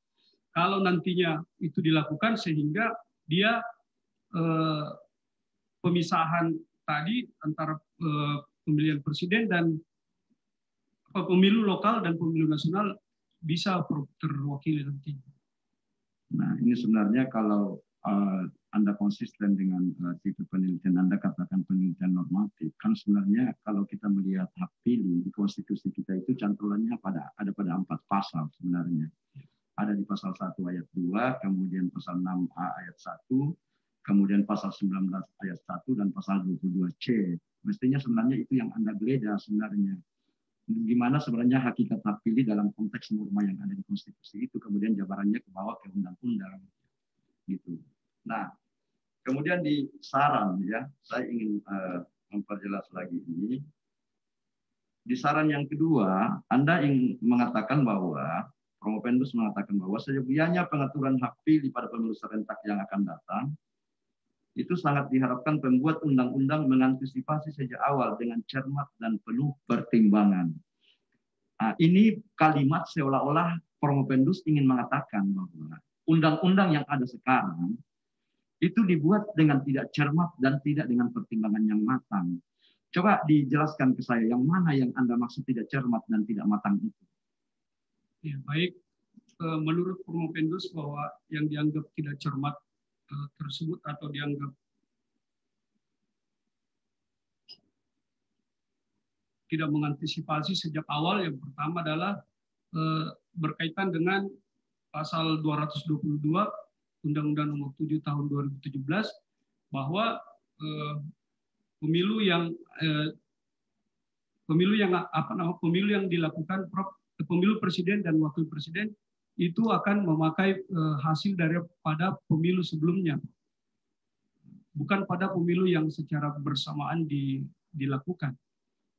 Ya baik, saran saya kalau bisa supaya ini bisa digunakan kepada siapa ini disarankan dan dipertegas lagi bagaimana cara untuk melakukan pembentukan perundang-undangan yang Anda maksudkan cermat dengan pertimbangan yang matang itu, supaya disertasi ini bisa memberi kontribusi kepada perbaikan sistem pemilu kita ke depan. Ya, baik. Saya kira cukup dari saya pimpinan. Saya kembalikan. Terima kasih. Assalamualaikum warahmatullahi wabarakatuh. Ya, baik. Terima kasih yang terpelajar Bapak Profesor Dr. Hamzah Halim, SHMH. Ya, itu lebih mengerucut lagi secara teoritis ya, bagaimana idealnya hak pilih didesain agar itu dapat menjadi indikator di dalam presidensial threshold. Saudara Promopendus, selanjutnya saya mengundang dengan hormat yang amat pelajar Bapak Dr. Ansori Ilyas, SH. Silakan Pak. Terima kasih Ketua Sidang dan anggota Dewan Penguji semua. Assalamualaikum warahmatullahi wabarakatuh. Baik, Saudara Promopendus Haidar Tidar, ada dua hal ya yang penekanan saya, ada dua hal yang menjadi perhatian saya dalam kaitan dengan kajian Anda dalam kitab disertasi ini. Yang pertama, ini saya memberikan catatan khusus mengenai Anda hak pilih. Kajian Anda, bagaimana uraian Anda, pembahasan Anda mengenai hak pilih, ini konsisten dan tidak konsisten ya. Jadi di satu sisi ketika Anda merumuskan legal issue, Anda cenderung melihat hak pilih sebagai hak asasi, hak konstitusional. Sementara di kesimpulan Anda melihat hak pilih dari perspektif HAM. Ini agak saya pikir perlu menjadi perhatian karena ada ketidakkonsistenan, karena akan berbeda konteksnya hakikat dari kedua hak pilih tersebut. Jadi saya yang mengingatkan, di legal issue Anda menggunakan hak pilih sebagai hak konstitusional, sementara di rumusan masalah Anda melihat hak pilih sebagai suatu hak asasi. Ini agak ganjil. Nah, yang kedua, hak pilih Anda kaji dalam konteks pemilu serentak dan presidential threshold. Yang menjadi catatan saya di sini adalah kajian-kajian saya selama ini terkait dengan hukum pemilu atau peraturan di bidang kepemilu atau ketika mengatur masalah pemilu, sering dijumpai ada beberapa case, hal-hal norma-norma ketentuan yang bersifat teknis administratif sering menciderai atau menafikan atau mengabaikan hak-hak yang bersifat substansial. Ini jadi kita bisa lihat dari putusan-putusan MK, bagaimana putusan MK menganulir berbagai norma karena norma prosedural justru menafikan norma substansial. Nah, dengan berpijak pada konsepsi ini, sebenarnya makna keserentakan pemilu itu menurut Provopendus apa sih dalam kajiannya? Baik, Provopendus berpandangan bahwa konsep pemilu serentak adalah menyatukan seluruh model pemilihan, mulai dari model pemilihan dari presiden, wakil presiden, DPD, DPR dan DPRD kabupaten kota, dan pemilihan gubernur, bupati, wali kota. Makna serentaknya di mana maksudnya? Waktu, pelaksanaan, atau konsepsi? Kalau menurut saya, Prof, di konsepsinya, Prof. Nah, karena jelasnya kalau Anda katakan sudah membedakan, dilaksanakan awal pemilu presiden dengan DPD dan PDPD, DPR dan DPD.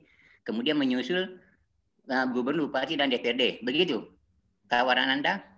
Iya, Prof. Nah, sejalan dengan wacana yang berkembang sekarang antara KPU dengan DPR ya. Jadi rencananya di Februari 24 dan November 24 akan begitu ceritanya. Ini mana keserentakan? Ini masih bagian dari mana keserentakan atau bukan? Kalau menurut Provopendus itu adalah konsep keserentakan, Prof. Nah itu ya, ini yang akan bias. Sekarang ada enggak, Mas, pertanyaan maksud saya, ada enggak dampak dari pemilu tahap awal terhadap pemilu tahap kedua? Pilpres dengan DPR dengan pemilu di provinsi dan kabupaten. Ada dampaknya enggak? Menurut Provopendus itu ada dampaknya, Prof. Karena pemilihan yang tadi diawali kalau pemilihan presiden, DPD dan DPR, kemudian memisahkan atau tadi memisahkan pemilu nasional dan pemilu lokal, itu beban ada juga efeknya kepada penyelenggara, sehingga dia kalau melihat sejarah yang ada, pemilu terakhir itu Prof kan memakan banyak korban, sehingga menurut Provopendus baiknya. Jadi bukan dari sisi penyelenggara, dari hasil pemilu. Bukan dari teknis dari substansi yang dari hasil pemilu. Apakah akan ada hasil pemilu pilpres, DPR, pemilu pertama tadi mempunyai efek atau dampak terhadap pemilu yang tahap kedua? Kalau pemilu tersebut kan langsung hasil daripada pemilu DPR. Saya sekarang menurut analisis Anda, ada tidak dampak atau tidak? Nah, itu kalau ada dampak berarti keserentakan ada unsur ada kebijakan tersembunyi dari unsur keserentakan. Itu yang saya mau maksud saya konteksnya di situ loh. Jadi sepanjang ada dampak terhadap pemilu tahap kedua, itu berarti ada agenda tersembunyi dari keserentakan penyelenggaraan pemilu. Kayak seperti wacana yang berkembang. Tidak semua peserta pemilu tahap pertama akan lolos parliamentary threshold. Dengan demikian dengan sendirinya juga dia tidak berhak ikut dalam pemilu tahap kedua. Kan begitu kan wacana berkembang juga. Bagaimana pandangan Anda? Kalau menurut Promopendus, mungkin kalau saya lebih fokus kepada presidensial threshold-nya, Prof, karena kalau mengacu pada pasal 222 itu kan masih ada frasa pemilu sebelumnya, jadi menjadi dasar untuk pencalonan presiden dan wakil presiden. Saya tidak persoalkan presiden. Saya masalah keserentakan. Jangan sampai ini masalah keserentakan akal-akalan. Itulah maksud saya. Hanya aspek teknis, bukan aspek substansial. Itu catatan saya. Jadi bukan terus. Jadi jangan apakah makna keserentakan substansial atau hanya teknis administratif. Itulah konteksnya kalau saya. Kalau menurut Promopendus, keserentakan yang sesuai dengan yang putusan Mahkamah Konstitusi itu memang kelihatannya bahwa itu adalah hanya makna pelaksanaannya saja, Prof. Bukan pada makna substansinya. Oke, ya itu menjadi dua catatan saya tadi dari awal. Saya kembalikan kepada Ketua Sidang. Terima kasih. Assalamualaikum warahmatullahi wabarakatuh. Waalaikumsalam warahmatullahi wabarakatuh. Terima kasih banyak ya Mas Fadil Bapak Dr. Hasan. Selanjutnya saya mengundang penguji terakhir sebelum promotor dengan Fadil Bapak Dr. Muhammad Hasil SIK. Terima kasih pimpinan yang terhormat teman penguji dan saudara Profesor Hendra.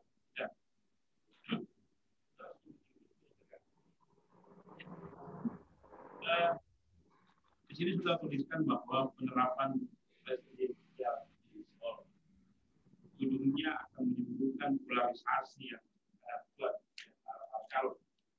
Ini kemarin di pemilu tahun 2019 ada dua pasangan calon dan akhirnya menimbulkan legengan dan konflik sosial yang membuat perpecahan di antara pemimpin. Belakangan muncul statement dari Ekolari dari kelompok anak, dia malah menunjukkan bagaimana kalau satu pasangan calon lain dalam pelaksana. Jadi dia siapa dia akan mengaitkan antara Pak misalnya dengan Pak Prabowo ya. Ini bukan politiknya itu bukunya. Dengan alasan bahwa dari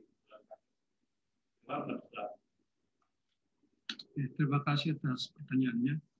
Promopendus berpandangan bahwa ketika ada yang menawarkan bahwa calon presiden itu bisa 3 kali, yang pertama ya tentu melanggar konstitusi kita karena belum diatur semenjak amandemen bahwa kita tidak boleh ada lagi presiden yang bisa sampai melewati 2 periode. Itu gampang juga. DPR kalau kita melihat peta politik yang ada di DPR, saya kira memang memungkinkan karena kalau PDIP bergabung dengan Golkar atau Gerindra, karena kalau kita melihat sekarang ini kan mereka koalisi, jadi memang sangat gampang untuk mengamandemen undang-undang tersebut. Kalau calon tunggal kan belum diatur secara. Kalau alasannya bahwa bisa mendekati dengan masyarakat. Saya kira ada muncul efek lain lagi karena kalau ketentuan undang-undang kita kan setiap calon presiden atau presiden itu hanya mencalonkan diri hanya 2 kali saja.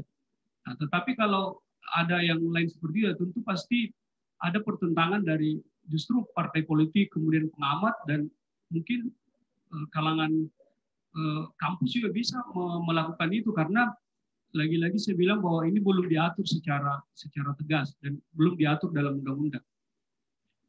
Terakhir, saudara pernah menjadi pendengar secara pemilu.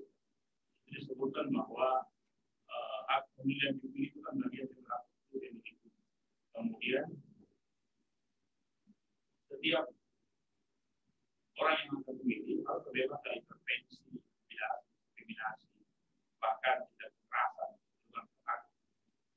Sebagai penyelenggara kemarin, kalau sudah bukan di Bawaslu, kan paling tidak KPU punya peran regulasi yang sudah kami sudah pedoman itu ada pelaku gitu, intervensi, diskriminasi dan kekerasan.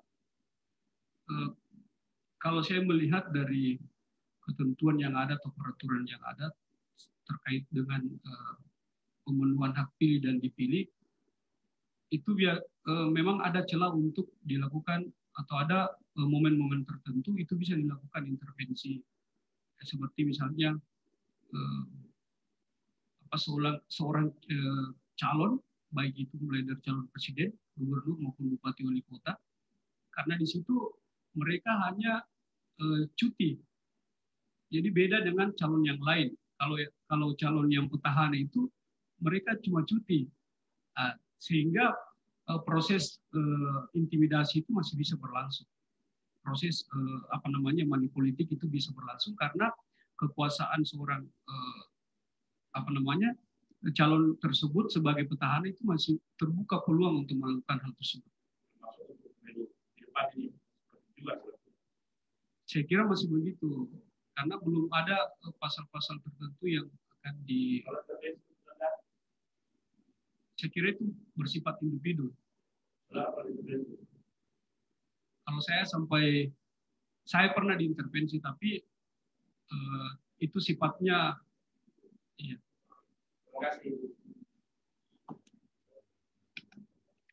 Bagaimana rasanya diintervensi? Baik, terima kasih yang waktu pelajar Bapak Dr. Muhammad Hasnul, SMH. Selanjutnya saya mengundang promotor untuk memberikan sanggahan, klarifikasi maupun apresiasi terhadap presentasi. Silakan.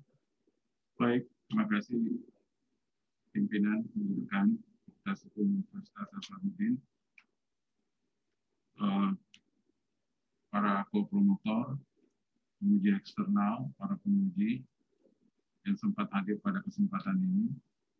Ada dua hal penting saya kira dari sanggahan dan masukan dari berbagai penguji yang telah dilakukan. Saya mencoba melihat pada sisi yang pertama, yakni berkenaan dengan persoalan hakikat hak pilih. Dan ternyata dari hasil saudara Purwofendus itu lebih menekankan bahwa hak pilih itu meliputi hak untuk memilih dan dipilih. Nah, dalam konteks presidensial threshold, memang kalau kita lihat ada dua substansi yang berbeda. Perbedaan yang pertama, memang kalau secara hakikat, hak untuk memilih itu tidak boleh mendapat pembatasan. Itu memang tadi sudah disebutkan juga, hak konstitusional, fundamental rights yang memang menjadi satu ketentuan yang memang tidak boleh ada pembatasan. Tapi hak untuk dipilih itu beda. Karena hak untuk dipilih itu memang perlu memerlukan pembatasan. Ada syarat yang harus diberlakukan. Jadi dalam konteks ini menurut saya dua hal yang berbeda di dalam konteks disertasi Purwofendus. Yang kedua adalah kalau kita melihat pada sisi kepentingan bahwa Purwofendus tidak setuju terhadap ambang batas perolehan sebagaimana ditetapkan di dalam ketentuan secara nasional, ya, suara sah secara nasional maupun DPR 20 dan 25%. Tentu karena memang latar belakang yang dia jadikan acuan dari saudara Purwofendus ini memang pada pilpres yang memang lebih menekankan pada konteks pemilu serentak. Nah, kenapa memang pemilu serentak itu menjadi satu, kalau saya sih dari sisi kepentingan politik lebih kepada proses transisional, kita menuju pada sebuah proses pemilihan yang memang nanti akan menentukan sisi kepentingan dari, karena ini juga ada kaitannya dengan parliamentary threshold tadi. Begitu partai politik tidak memenuhi suara untuk duduk di parlemen, maka menjadi satu ketentuan kepastian bahwa tentu hak untuk mencalonkan pasangan calon presiden ya, tentu akan hilang. Nah, yang menjadi sebenarnya penanda untuk melakukan itu, kalau saudara promotor konsisten, ya kita lihat pada sisi kepentingan aspek adanya dalam tanda petik koalisi yang dibangun sebelum pemilihan presiden, di mana partai-partai politik terjebak pada sebuah proses tawar-menawar kepentingan, dan saya kira itu juga lazim. Cuma memang problematika yang kita usung di dalam pemilihan presiden Republik Indonesia itu adalah ya mestinya memang itu dilakukan dalam konteks pengusungan pasangan calon presiden. Nah, ada hal yang menarik menurut saya, ini pertanyaan terakhir dari saya, untuk bagaimana pandangan saudara Promovendus manakala setelah proses pemilihan presiden dan kemudian diperoleh pemenang, ya, kemudian kandidat presiden itu masuk pada jajaran kabinet presiden yang terpilih. Nah, pertanyaan saya adalah, dipandang dari sisi etika politik, apakah itu pantas dilakukan? Silakan. Terima kasih. Promovendus akan menjawab bahwa kalau dilihat dari sudut pandang etika, ini tentu sangat merisaukan, Prof. Karena tentu orang yang berjuang sejak awal, misalnya koalisi itu dibangun sebelum pencalonan, kemudian tiba-tiba nanti pada saat menang, dan itu bergerombol masuk ke yang menang, saya kira itu secara etika akan mengurangi daripada kemenangan tersebut. Jadi dari sisi etika ada mengatakan tidak tepat, Prof. Ya. Tapi kan kalau kita lihat eskalasi kepentingan politik yang kemudian terjadi polarisasi yang besar dan menimbulkan perbedaan di antara yang terpilih dan yang tidak terpilih, yang masing-masing akan menimbulkan proses yang berkepanjangan. Bukankah itu sebuah proses yang memang kita bisa sebut sebagai proses adaptasi politik sebenarnya? Artinya ya untuk mengakhiri semua perbedaan konflik yang terjadi pada waktu pemilihan presiden, kemudian kembali bersatu dan seterusnya, maka jalan yang terakhir memang harus dilakukan proses adaptasi politik. Pertanyaan saya adalah, bisakah dibenarkan proses adaptasi politik seperti itu? Menurut Promovendus, ketika itu menjadi sebuah kepentingan negara secara besar untuk bagaimana mengurangi daripada konflik-konflik sebelum pemilu dan mengakhiri daripada proses demokrasi yang ada, saya kira untuk dalam konteks adaptasi politik mungkin saya sependapat dengan itu, Prof. Tapi kalau hal lain misalnya dari segi etika, mungkin saya kurang sependapat, Prof.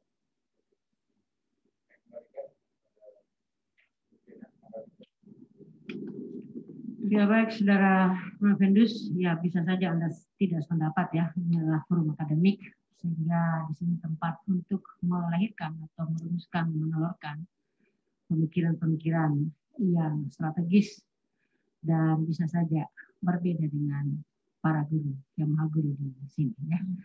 Saya kira seperti itu. Dengan berakhirnya sanggahan dari promotor, maka berakhirlah ujian saudara. Selanjutnya sidang promosi doktor saya tangguhkan selama kurang lebih 10 menit untuk memberi kesempatan kepada Dewan Penguji menetapkan hasil ujian.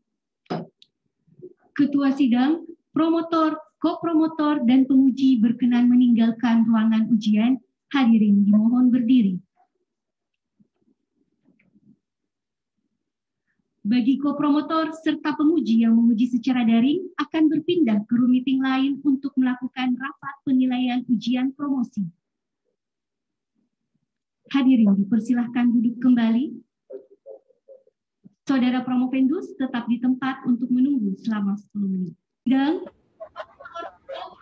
dan para penguji dipersilahkan memasuki ruang ujian.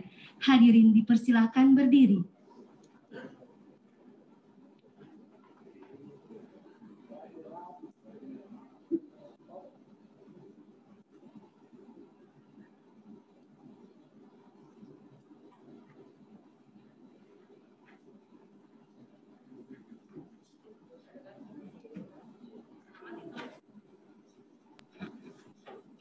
Hadirin dipersilahkan duduk kembali.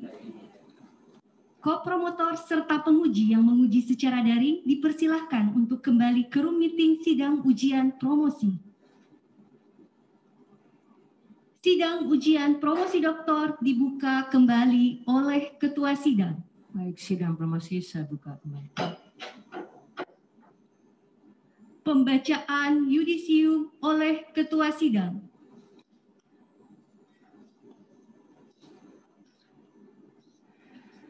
Ya, baik Saudara Haidar Jidar. Senyum-senyum lah.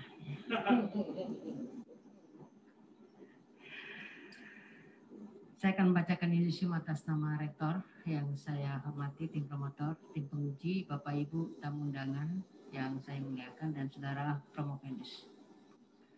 Bismillahirrahmanirrahim. Yudisium. Sidang terbuka ujian promosi doktor Universitas Hasanuddin beserta promotor, ko-promotor, dan penguji dalam rangka ujian promosi untuk mencapai gelar doktor dalam bidang ilmu hukum bagi Saudara Haidar Jidar. Setelah mempertimbangkan jawaban-jawaban atas segala pertanyaan dan sanggahan yang dikemukakan oleh promotor, ko-promotor, dan penguji, dengan ini menyatakan bahwa Saudara Haidar Jidar dinyatakan lulus dengan predikat sangat memuaskan. Prestasi Saudara cukup bagus, 3,79, dengan nilai disertasi adalah A. Lama studi, ya cukup masih singkat ini. Ya mudah-mudahan waktu ini lebih bisa dipersingkat lagi dari yang lain. Dengan demikian mulai hari ini Senin tanggal 28 Juni 2021 pada pukul 12.15 waktu Indonesia bagian tengah, Saudara Haidar Jidar berhak memakai gelar doktor dalam bidang ilmu hukum.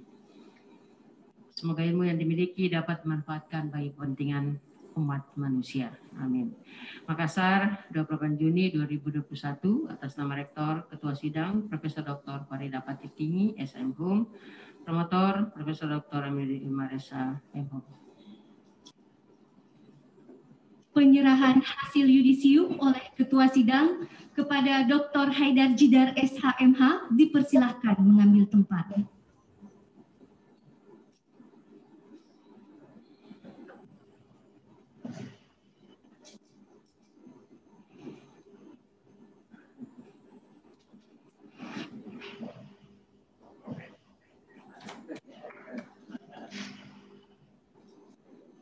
Nah, diserahkan dipilih aja yang mana perempuan yang paling dicintainya. Banyak pilihan ke istri ya. Ibu yang mana ibu? Ya, ibunya dicium dulu ibunya.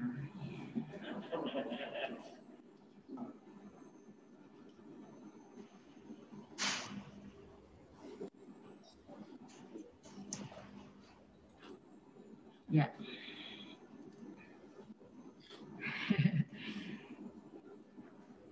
Alhamdulillah ada dua perempuan yang sangat dicintainya hadir ya. Ibunda, alhamdulillah masih dapat menyaksikan Ananda tercinta dapat meraih predikat tertinggi di bidang akademik dan juga pada saudara istri tercinta. Baik, saya berikan kesempatan pada Dr. Haidar Jidar untuk menyampaikan ucapan terima kasih, pesan-kesan selama menempuh pendidikan doktor. Silakan. Terima kasih atas kesempatan yang diberikan.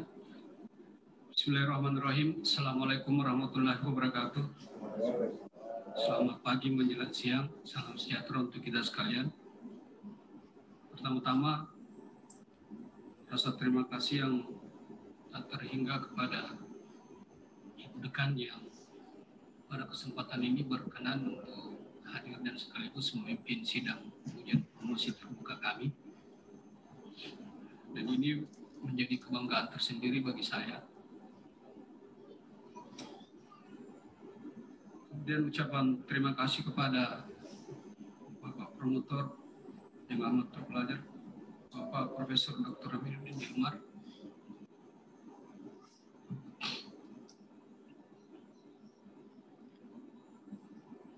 Beliau ini seperti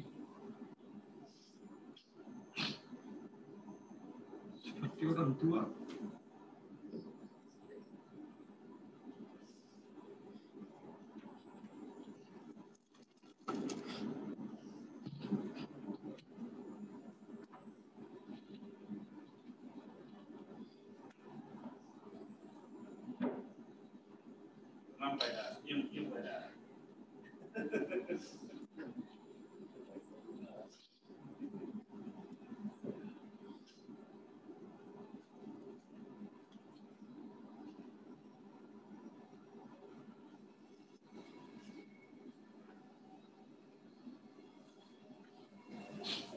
Beliau banyak memberikan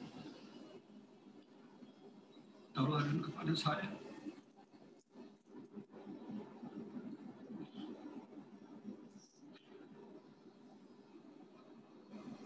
Semangat, semangat. Ya, semangat.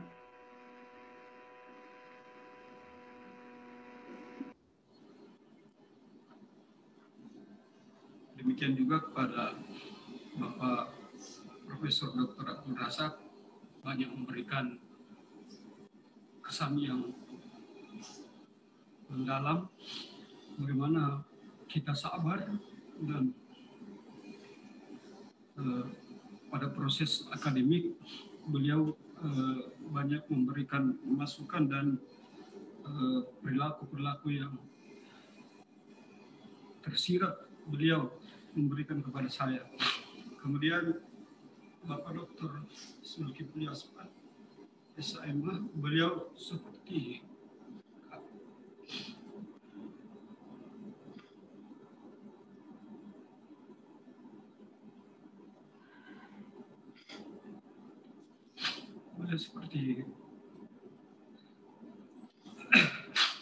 kakak yang selalu memberikan motivasi yang luar biasa dimanapun dan kapanpun beliau menerima saya.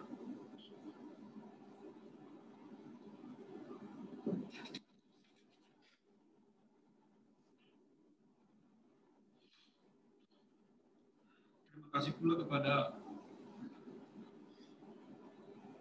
Bapak Profesor Dr. Anwar Rahimah yang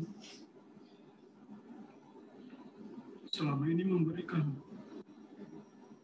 masukan dan koreksi yang luar biasa dalam penulisan ini, dan beliau sangat cukup tegas dan sangat kritis dalam proses penyusunan disertasi ini. Saya sangat bangga.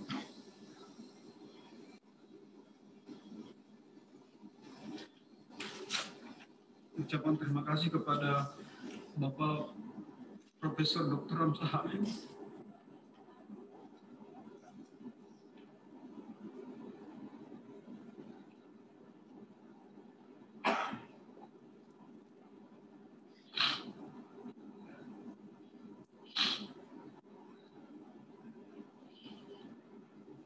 ucapan terima kasih pula saya ucapkan kepada Bapak Dr. Ansori Ilyas, SMH, selama dalam proses ujian saya selalu memberikan kritikan dan masukan-masukan yang luar biasa. Meskipun saya sadari bahwa proses penulisan ini masih banyak kekurangan di dalamnya. Yang ucapan terima kasih kepada Pak Dr. Asrul SMH.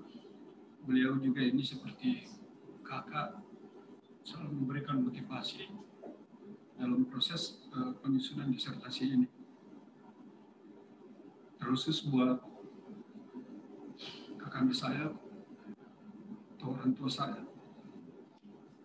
Institut Manik Tahir, sebagai wakil ketua Yayasan Pecium yang sempat hadir pada kesempatan ini. Serta rasa bangga dan haru kepada ibu saya, kepada istri saya dan mertua saya serta keluarga yang sempat hadir pada hari ini. Saya sangat berbangga hati dan bisa berdiri di depan para maha guru yang ada di Fakultas Hukum Universitas Hasanuddin. Saya kira ini menjadi kebanggaan buat saya dan keluarga. Dan mudah-mudahan ini bisa,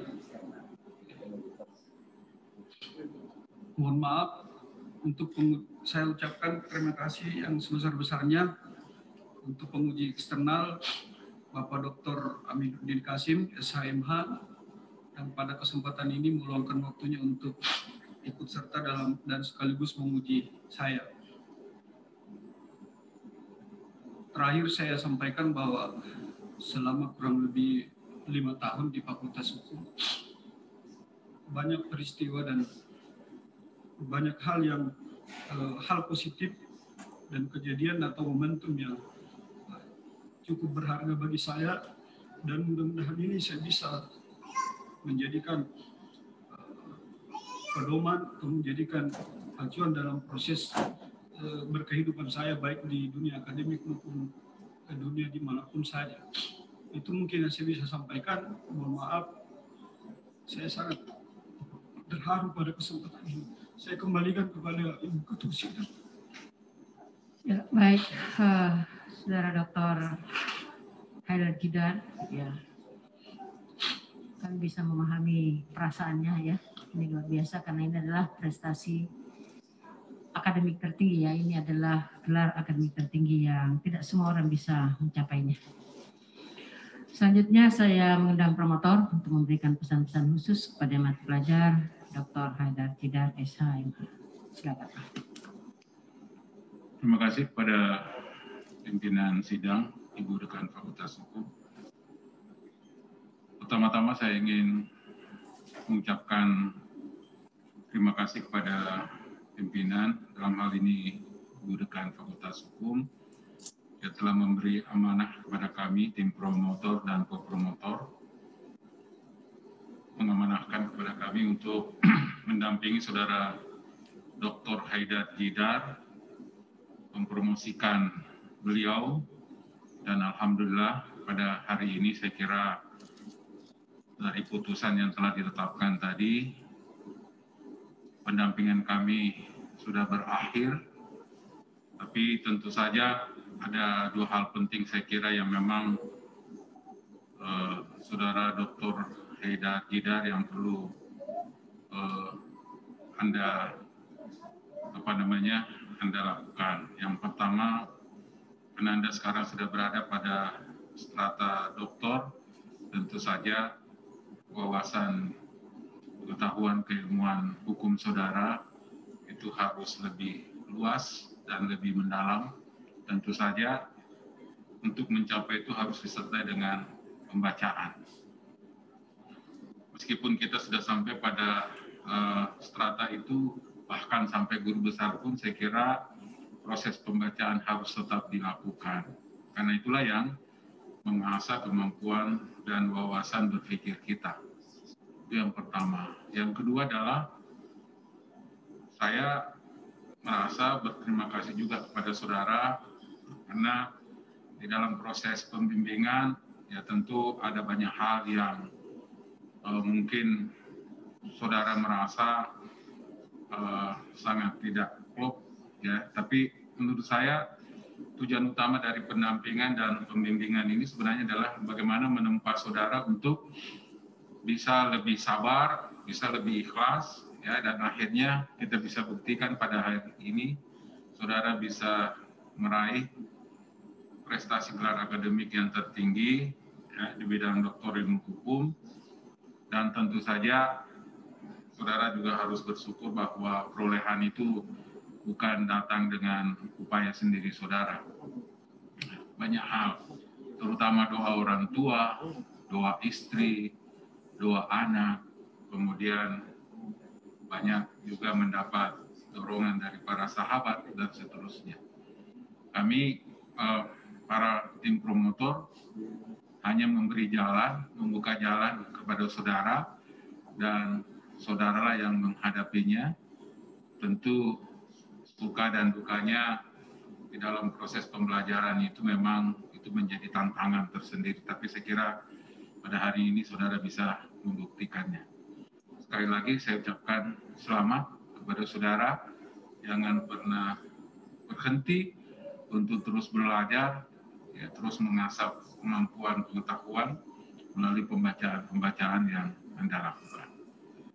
Saya juga mengucapkan terima kasih kepada Ibu Dekan selaku pimpinan Fakultas Hukum atas amanah yang diberikan kepada kami baik selaku promotor maupun tim Prof. Rasak selaku co-promotor 1 dan Pak Dr. Zulkifli Aspan selaku co-promotor 2. Dan amanah ini saya kira kami telah jalankan dengan sebaik mungkin, dan oleh karena itu kami juga merasa bahwa amanah yang telah diberikan kepada kami telah kami jalankan juga dengan baik. Demikian dan terima kasih. Wassalamualaikum warahmatullahi wabarakatuh. Penyerahan tanda penghargaan dari Rektor Unhas yang diserahkan oleh Dekan Fakultas Hukum Unhas kepada promotor dan penguji eksternal dilanjutkan dengan penyerahan tanda penghargaan dari Dekan Fakultas Hukum Unhas kepada masing-masing co-promotor yang hadir secara luring. Sedangkan yang hadir secara daring akan dikirim setelah ujian promosi selesai.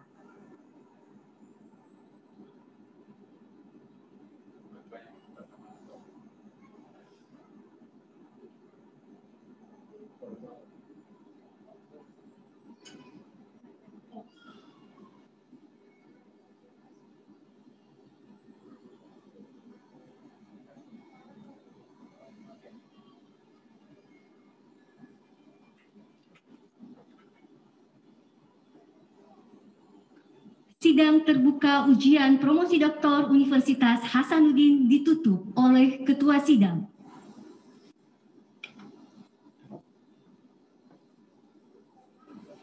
Ya, baik, sebelum saya menutup secara resmi sidang promosi doktor Saudara Haidar Jidar pada siang hari ini, izinkan saya atas nama Rektor dan secara khusus atas nama keluarga besar Fakultas Hukum Universitas Hasanuddin menyampaikan selamat dan sukses kepada Dinda Haidar Jidar, SHMH, yang beberapa saat lalu telah mampu mempertahankan disertasinya dan dapat meraih predikat doktor. Sebuah predikat yang luar biasa karena tidak semua orang dapat meraih predikat tertinggi di bidang akademik ini. Makanya syukur tiada terhingga dan tentunya adalah atas doa malam dari ibunda tercinta dan juga dari istri tercinta dan seluruh keluarga yang terus memberikan motivasi dan mendorong sehingga Adinda Haidar Jidar dapat meraih predikat tertinggi di bidang akademik ini. Makanya tadi luar biasa terharu, saya juga pun demikian ketika saya di Zoom, saya pun menangis, saya pun terharu dan tidak mampu rasanya saya membendung rasa ini ya, perasaan itu karena memang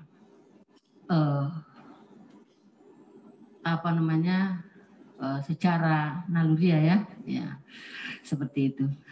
Saya kira selamat sekali lagi buat saudara, alhamdulillah, dan tentunya ini menjadi kebanggaan bagi keluarga besar dari Adinda Haidar Jidar, dan juga akan menjadi motivasi untuk keluarga maupun khususnya kepada anak-anak dan generasi-generasi yang akan datang.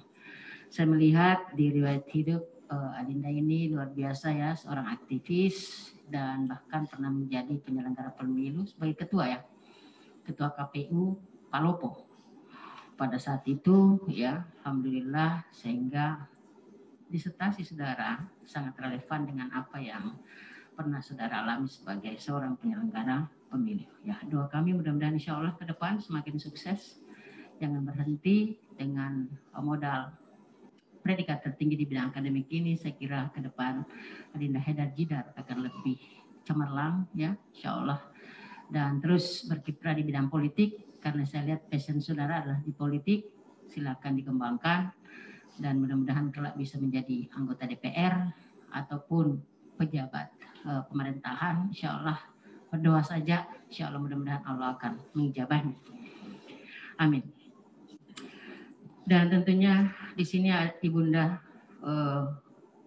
Ibu Mariana hadir pada kesempatan ini, dan saya kira beliau sangat bangga ya, dan juga termasuk almarhum Bapak Jidar ya, yang walaupun sudah tenang di alam sana, itu akan menjadi pahala yang berlimpah buat beliau.